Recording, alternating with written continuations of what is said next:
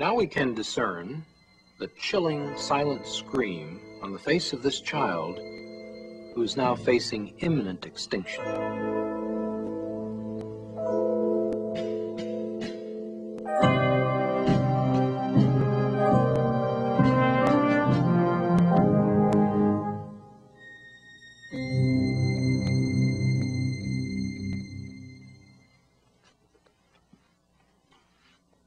My name is Bernard N. Nathanson. I'm a physician, practicing obstetrician and gynecologist. And I think I've had a passing experience in matters of abortion.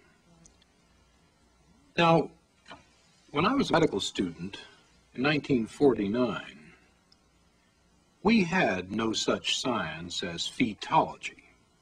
We were taught that the unborn child, the fetus, was something in the uterus, but it was really an article of faith as to whether or not it was a human being and whether or not that human being had any unique personal qualities.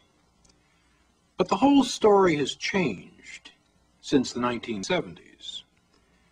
It was at that time that the science of fetology exploded in the medical community.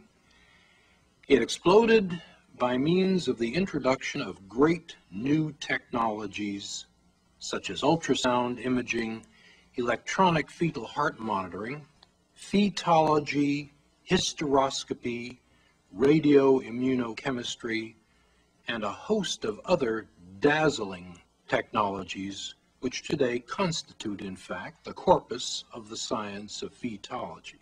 Real-time ultrasound, that is, imaging of the child in motion, has been available as a clinical tool since 1976.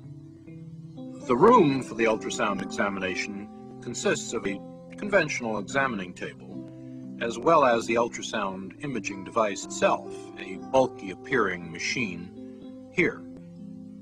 Now the pregnant woman is positioned on the table for the examination. The abdomen is suitably draped. The head of the instrument is now placed over the uterus. This device in turn consists basically of a crystal which sends out pulsing high-frequency sound waves and a transducer which collects the echoes of these waves.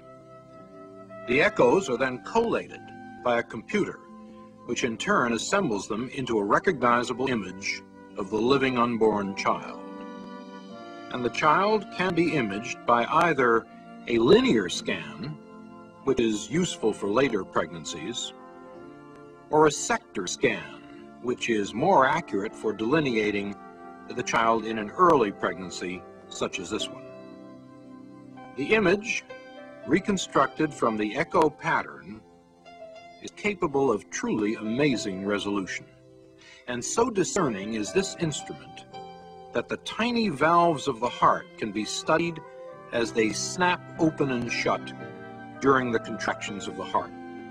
Mothers and fathers, for the first time, have been afforded a view of their unborn child by this spectacular technology.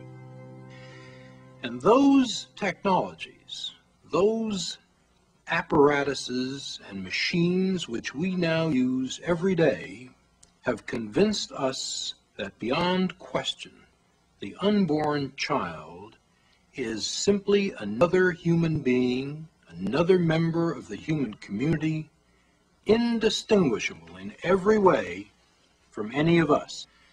Now, for the first time, we have the technology to see abortion from the victim's vantage point.